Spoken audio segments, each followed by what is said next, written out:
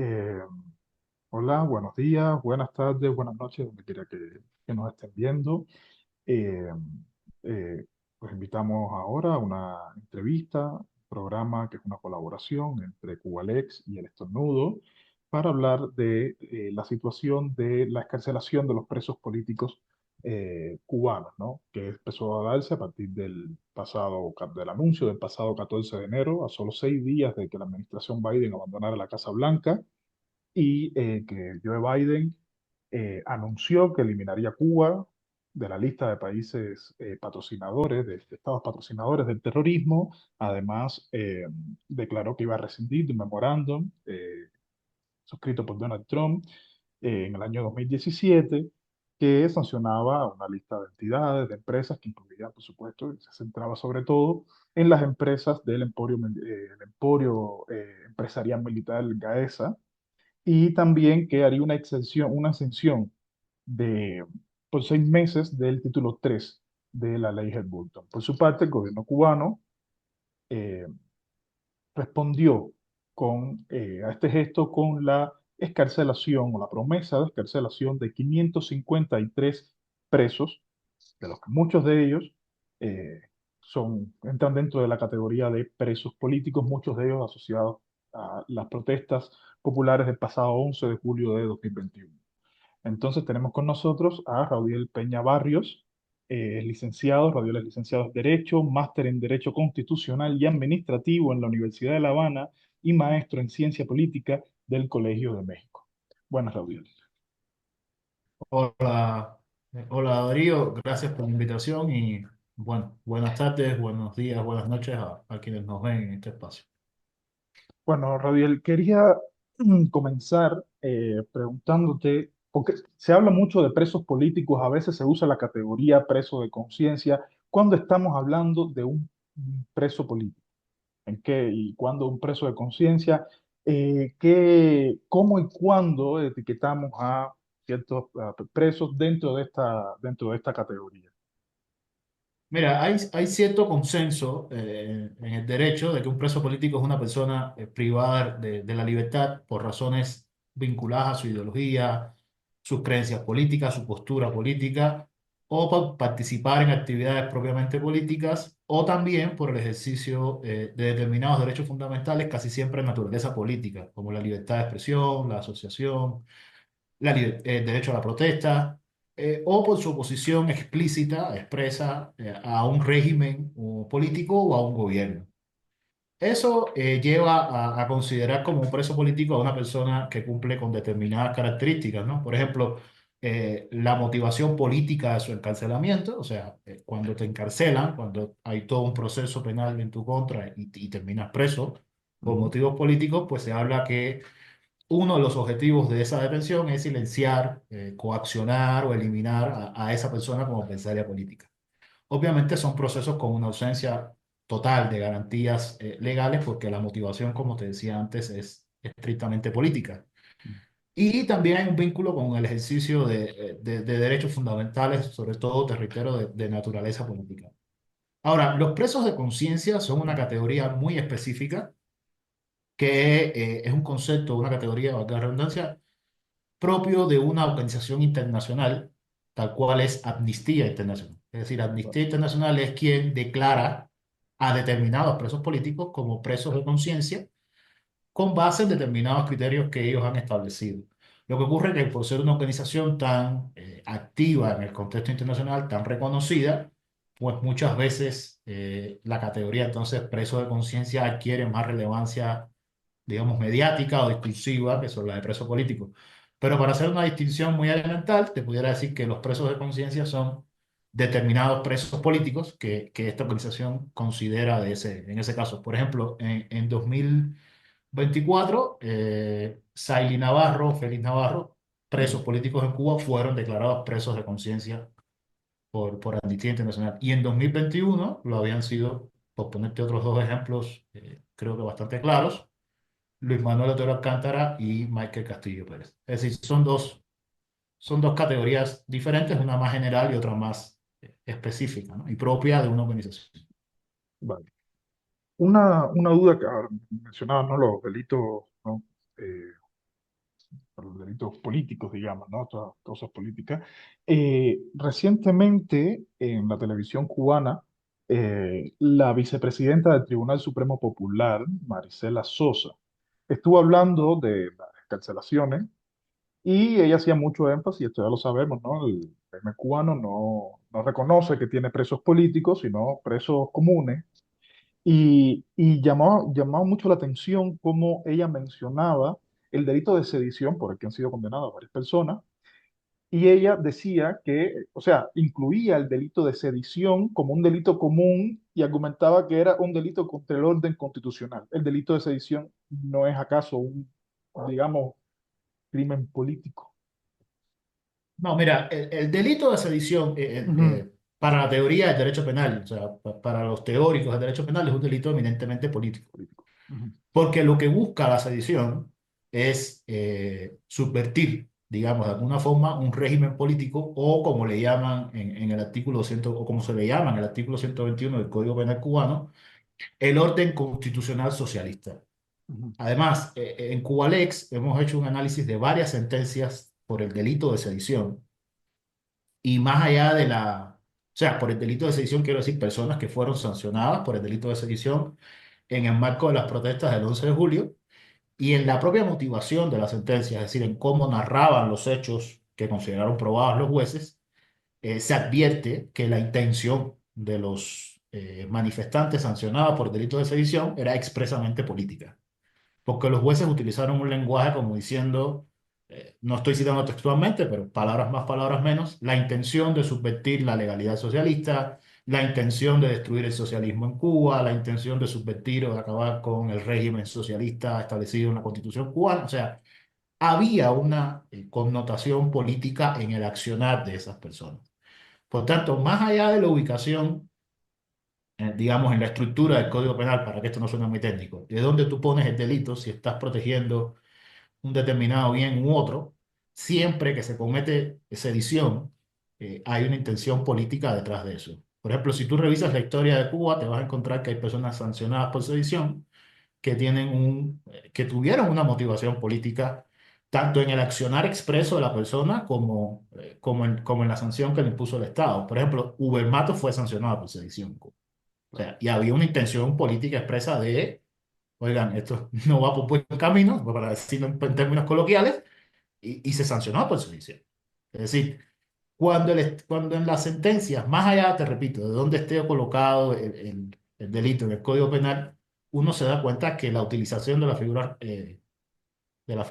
penal, en este caso el delito, responde a que los jueces entendieron que en esas manifestaciones del 11 de julio de 2021 y en otras que se han dado después, había una motivación política de subvertir el régimen político, o acá redundancia, y por eso utilizaron la figura de la sedición. Pero su naturaleza jurídica estrictamente es política.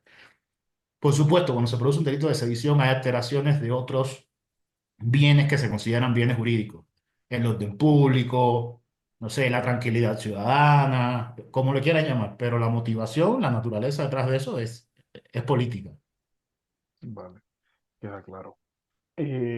Otra cosa, y bueno, ya cayendo ya específicamente en estos casos, es que se dice, bueno, el mismo anuncio que hizo el Mintrex en su momento, hablaba de excarcelación. Se está hablando de excarcelación, no tanto de, aunque también se usa el término, digamos, liberación, ¿no? Liberado a los presos políticos. Eh, realmente han sido liberados, o sea, realmente están libres porque muchos de ellos hemos estado viendo en estos días que van saliendo en las redes las informaciones, ¿no? De cancelaron a no sé quién y así hemos estado viendo que muchos salen en, por ejemplo, en libertad condicional, ¿no? Entonces, realmente han sido liberados, son escarcelados. ¿En qué condición están estos presos políticos? Bueno, presos políticos, no sabría bien cómo manejar el término ahora mismo. Mira, es una pregunta interesante porque aquí hay que hacer un poco de distinción entre el lenguaje común y el lenguaje que es propio del derecho, ¿no? Porque eso tiene Ujú. consecuencias. No Claro. quiero sonar muy técnico y muy académico, pero eso tiene sus diferencias importantes. Ciertamente, cuando una persona es liberada, o sea, es escarcelada, perdón, Ujú. siente que tiene más libertad, ¿no? Y siente también que puede ejercer sus derechos con más libertad. ¿no? Eso es lógico que se sienta de esa forma. Pero yo lo que quiero denotar es que en esta comunicación oficial del MINREX y de otras instancias de las autoridades cubanas, utilizan liberación y excarcelación como sinónimos cuando legalmente no implican lo mismo. O sea, no son exactamente igual. Porque estas personas en realidad, el término jurídico para referirse a ella es excarcelación. Incluso si buscas la nota del MINREC te vas a dar cuenta que habla de modalidades previstas en la legislación. Y ese Mm, término, esa cuestión de las modalidades, a mi juicio es clave porque te da la idea de por dónde van las excarcelaciones, que son estas dos figuras que han estado empleando, la libertad condicional y la licencia extrapenal. Es bueno que la audiencia sepa que eso no es propiamente, repito, en términos legales, una liberación, porque estas personas, como también dijeron las autoridades cubanas en televisión nacional, no fueron ni indultadas ni hubo tampoco una amnistía. Lo que se hizo fue excarcelarlas y decirles, bueno, el resto de la sanción ustedes lo van a cumplir en sus casas, pero siguen extinguiendo la sanción en libertad condicional o en licencia extrapenal. Lo que en realidad recibieron fueron beneficios de la sanción, porque siguen extinguiendo la sanción, valga la redundancia, en un ambiente que no es propiamente penitenciario. Pero la libertad condicional, por ejemplo, lleva implícita determinadas obligaciones que esa persona tiene que cumplir. Por ejemplo, hay una supervisión integral, que eso significa estar bajo el control de los jueces de ejecución, de la Policía Nacional Revolucionaria, de las organizaciones, de esto que en Cuba llaman factores, las organizaciones sociales y de mm, masas, que un poco te vigilan, te controlan en la comunidad. Un control que además, eso está documentado por Cubalex y otras organizaciones, que en el caso específico de los presos políticos, también lo hace la seguridad del Estado, ¿no? ya. La libertad condicional también tiene un periodo de prueba, donde se evalúa al, al sancionado si está cumpliendo con las obligaciones impuestas en la libertad condicional, si está trabajando, si está vinculado al estudio.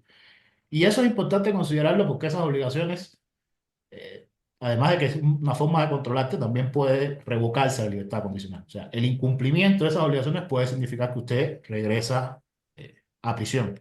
Por tanto, no es una libertad plena, no es un indulto ni una amnistía. Y con la licencia extrapenal lo que pasa es que se le ha otorgado a presos, a personas que estaban presas, que tenían problemas de salud. Y Ya. entonces la licencia extrapenal es justamente para eso, para que extingan la sanción fuera de un establecimiento penitenciario porque las autoridades consideran que tu situación de salud no es compatible con tu estancia en la cárcel, digamos. La libertad condicional eh, lleva también, digamos, un límite, o sea, unos límites a la movilidad de estas personas dentro del mismo país. También pudiera, o sea, pensando en incluso la posibilidad del exilio, lo impide la libertad condicional. Bueno, en principio, mientras una persona está en libertad condicional, debe extinguir la sanción dentro del país. Ya. Y una libertad, o sea, y una restricción, perdón, importante a la movilidad es que como parte de las obligaciones de la libertad condicional, las autoridades te pueden citar con determinada regularidad para verificarte, o sea, para verificar qué estás haciendo, si estás estudiando, si estás trabajando, o incluso te pueden colocar la obligación de asistir, digamos, una vez a la semana, una vez cada 15 días, no sé, 2 veces al mes, 3 veces al mes, como sea, a la sede del tribunal para que el juez de ejecución chequee si efectivamente estás cumpliendo con las obligaciones impuestas por la libertad condicional. Eso no significa, porque en Cuba también, yo creo que es bueno decirlo, hay un margen de arbitrariedad para todas estas cosas, que mañana se puedan hacer determinados cambios en la situación de estas personas que le digan, mira, vete del país, ve al exilio y listo. Pero en principio sí debe permanecer dentro del país.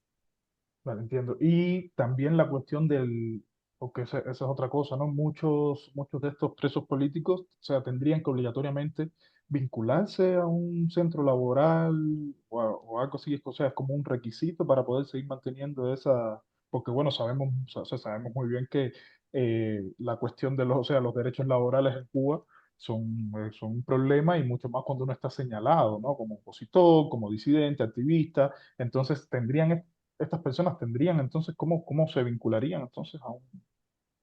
a un Mira, centro eso, laboral y para ser honestos, habría que ver específicamente cuáles fueron las obligaciones impuestas por el tribunal, o sea, por las autoridades que otorgaron la libertad porque condicional. son distintas, no son las mismas así para todo el mundo, No no es una tiene por cosa qué ser general. necesariamente las mismas. Seguramente si hacemos un análisis de los, o sea, de los documentos en los que consta el otorgamiento de la libertad condicional, vamos a encontrar eh, comunes denominadores, ¿no? O sea, mantener un comportamiento acorde con la moral socialista, lo que sea que eso Ya, signifique. Ese tipo de cosas, pero habría que ver las obligaciones específicas que le impusieron, porque también si a una persona le pones la obligación, o sea, se le impone la obligación de trabajar y en pasado determinado momento no se ha incorporado a un centro laboral, eso puede ser una causa entonces para revocar la libertad condicional. O sea, te pusimos la obligación de trabajar, claro, de integrarte a un centro laboral cualquiera y tú no la cumpliste. Entonces, te vamos a revocar la libertad condicional. Claro, por el contexto cubano, que es algo que a mí siempre me gusta recalcar, eso puede variar y es muy arbitrario, es muy flexible, es muy, bueno, flexible no, la palabra es arbitrario, porque te pueden poner una obligación y de repente ser un preso político, pero entonces eres un preso político con determinada relevancia y aunque no estés cumpliendo una obligación, dices, bueno, no vamos a revocar esto porque entonces nos metemos en otro problema que no es propiamente jurídico, sino político, entonces mejor claro. mantenerlo controlado en esas condiciones. Entonces eso que hay que valorar. Hablabas hace un rato de amnistía e indulto.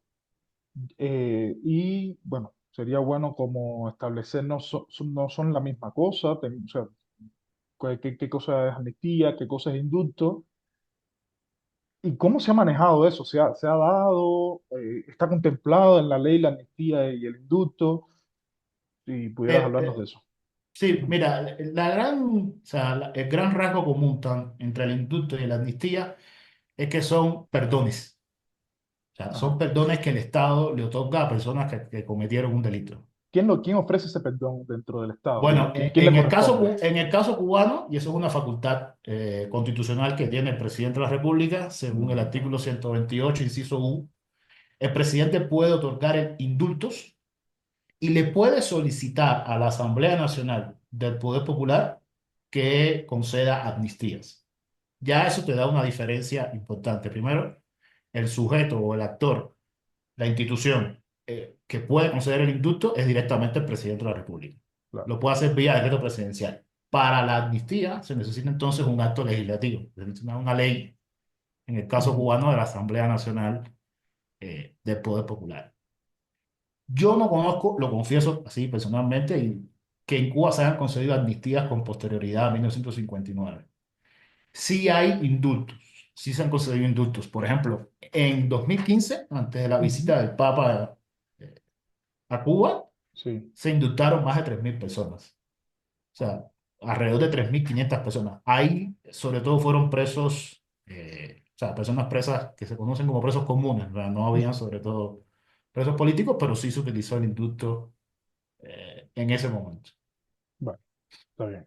Pues, Rodiel, muchas gracias de verdad por compartir con nosotros y bueno, ojalá que se repita, porque este tipo de temas y este tipo de cuestiones realmente son necesarias esclarecerlas, sobre todo en el contexto, en la situación actual del país. Entonces, un abrazo y nos No, vemos. gracias a ti por la invitación y un abrazo también. Chao. Hasta luego.